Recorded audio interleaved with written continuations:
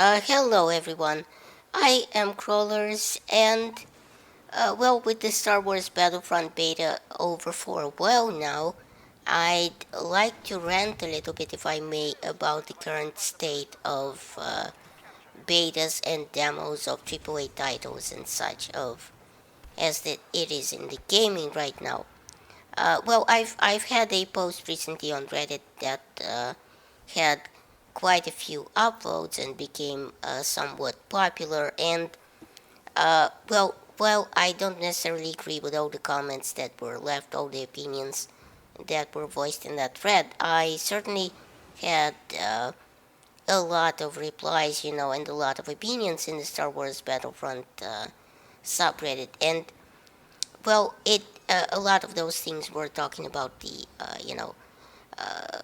beta and the rebels and how they played in the beta. And some people mentioned what the beta was, and how it wasn't really a beta, and it got me to thinking that time what uh, really is a beta, and why are they calling it that? Because it seems this beta, as EA calls it, for Star Wars Battlefront has been it has been the most successful of all time, netting no less than 9.5 million players in total.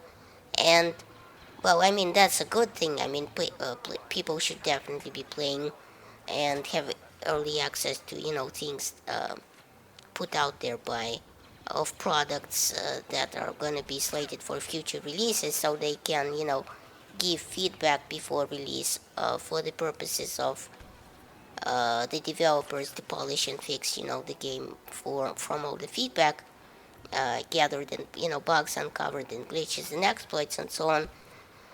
Trouble is that what is being called betas in the past few years is, I think, a completely wrong term to use. What these things really are demos of games, and explain what I mean here, and why you should care about the differences in the two terms as they pertain to these test games, and why are they called that. You see, a beta is an unfinished version of, let's say, a game. It's buggy, it's glitchy precisely because it is unfinished, but it isn't severely limited. A small cutout of said game, only using maybe two weapons and one map.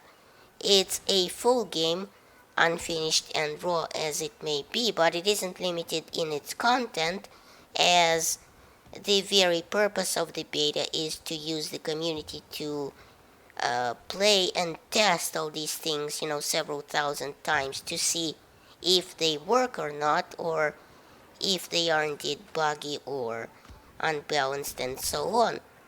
In a beta, as I said, it would make sense that, every part of the game is unlocked, precisely because to get the feedback on it before release, it needs to be tested and, played many times by the community. Again, please note that the beta is an unfinished raw and buggy product.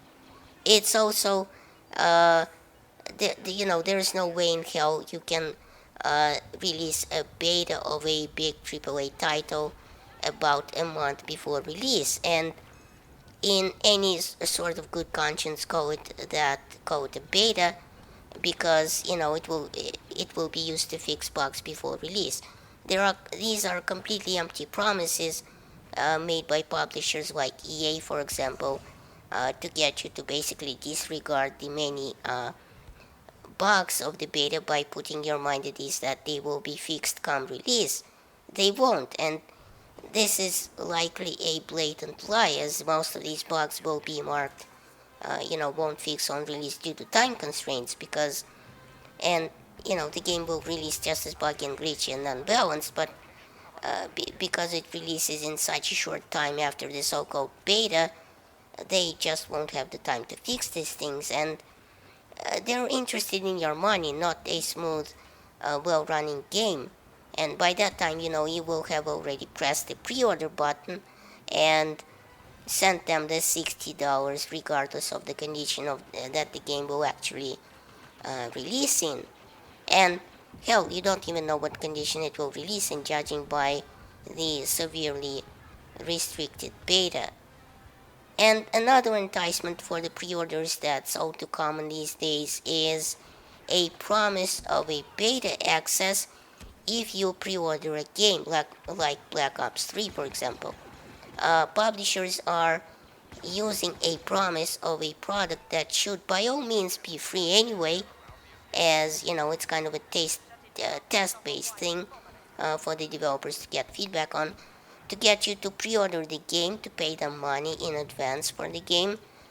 That basically you guys are paying them for the privilege of being a tester, and this is truly unbelievable and makes me somewhat angry at the direction that these general things are going today. Not to mention that demos used to be free if you are old enough to remember gaming in the late 90s and early 2000s. But a demo, on the other hand, is basically what EA DICE has been putting out there for the past several years of these games, shortly before release, calling it in fact a beta. And obviously, this isn't limited to EA. I mean, see The Crew, for example, or Rainbow Six Siege. These are basically all demos. So, what is a demo in my opinion? Well, a demo, in my opinion, is a severely limited, locked small portion of an already built and finished product, let's say a game, that is available to the public to play. This is the common misconception about the current early release of these things, and the misconceptions happen in the general public because most people don't know the difference either when a huge publisher comes out and calls it a closed beta. Then it sounds awesome because you think, wow, they let me into the closed beta, I must be better than everyone else because they chose me. But in reality it plays like crap and is severely limited. So in that respect, let's call it a demo, a bugged demo that is a beta in reality. But actually, when you see a small portion of a game being offered, then it's called a demo. But why put out a demo then, you might ask? Why limit the players to a single map and only two weapons, like it was in the Battlefield 4 quote unquote beta? Well, publishers do this because they want to keep the content back from the community, so they would still be interested and be willing to pay the $60 come release day. This is an interesting phenomenon. I think it happened in Hardline beta as well. The beta was fun to play, and many people participated in it. But in the end, because most of the new content, like the new game modes, heist and blood money, has been shown in the beta, and people played it so much, they got nauseated by the end of the beta. They grew tired of Hardline quickly, and on release, having not much content, not much new content outside the new game modes that were already available in the beta, the Hardline orders sagged quite a bit because people felt like there's just nothing new Hardline could offer, as because all the other game modes were conquest and such, and this was basically same old content over and over again, and they already played so much of the new content that they didn't care for ordering the game. And here the publisher is obviously looking for a balance between showing all the content in the beta to the player before release, or keeping most of it restricted, only to find out that it's severely unbalanced and buggy on release, like it was in Battlefield 4 retail game. You remember the Battlefield, the beta as they call it in Battlefield 4, played quite nicely, but because the rest of the content was locked away and we couldn't play it and thus give feedback on it, on release day, most of it was buggy and glitchy and broken, and come release time, it was, you know, it took over a year for the game to actually make sense, to make it workable again. So some people obviously still call it a public beta. And another reason of releasing severely limited, restricted so-called betas is a restriction of access to all the other levels and weapons and so on to people like hackers and modders, people who like to unlock the extra code that is there. And I mean, if Battlefield 4 were to download the full 45 gigabytes before it was in the beta, before it hit the store shelves, I'm sure we would have seen and unlocked access to the game files, no later than a day after the beta hit the public. So, where is the perfect balance? How do you and you know reconcile this with the publisher? The perfect mix of content and find the perfect balance between troubleshooting the bugs and keeping the player away from the meat of the content of the game. Well, firstly, I think they need to stop calling these things betas for starters. These are demos that show off a tiny portion of the game that release much too late in the development cycle to even be, to even influence any of the fixes. So they're obviously not betas, and betas should come out much, much earlier than a month before release in the development cycle, because otherwise it just doesn't make sense that any feedback could be taken seriously by the developer. And also, demos I think must be free and must not require you to pre-order a game, because that's what a demo is. It shows you a teaser of a small portion of the game's content to help you make up your mind if in fact you want to buy the game or not. Similar to trailers for movies, you aren't paying to watch 2-minute trailer for Star Wars, let's say, so you can't be paying for a demo either, I don't think.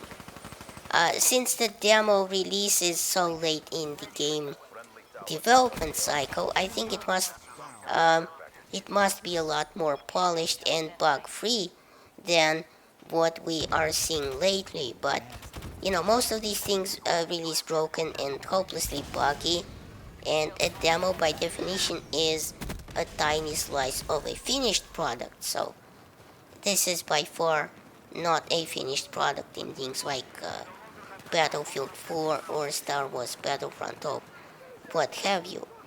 A beta must also release much earlier, I think, in the development cycle of a big game like, let's say, Battlefield, for example, leaving enough time to actually address the bugs that people find before release.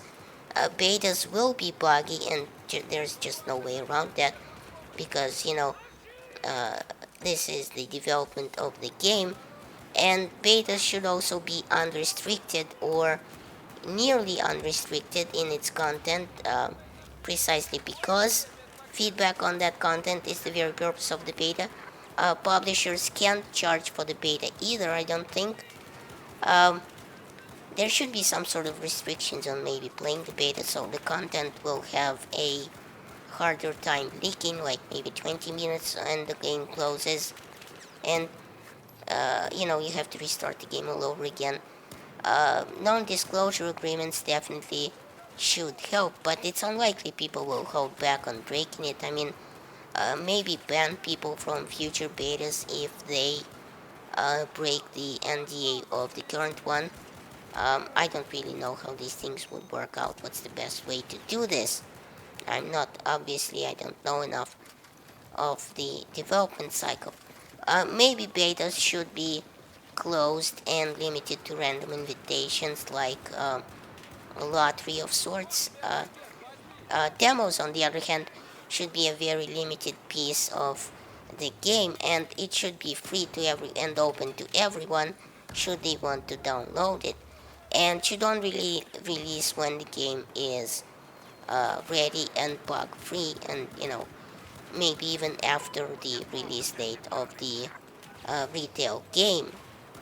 So, what do you say, people? Do you agree with me? Do you think these betas and demos should go back to the terms that they should be using, or is this alright that they're calling it these days? And should we be getting free demos, or should we pay for them with the pre-orders and things like that? Leave me a message, leave me a comment below, and thanks for watching. Please rate and share this video as it helps my channel grow.